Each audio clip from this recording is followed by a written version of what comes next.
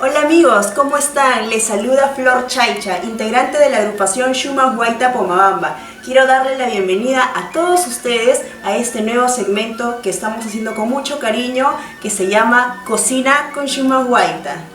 Y bueno amigos, se preguntarán ¿qué vamos a cocinar? Sabemos que estamos en una temporada donde hace mucho frío, en las tardecitas nos da ganas de tomar algo calientito y bueno, vamos a preparar una sopa muy nutritiva y muy conocida, en especial en nuestra linda provincia de Pomabamba, el cual es papakashki. Y los ingredientes para esta deliciosa sopa son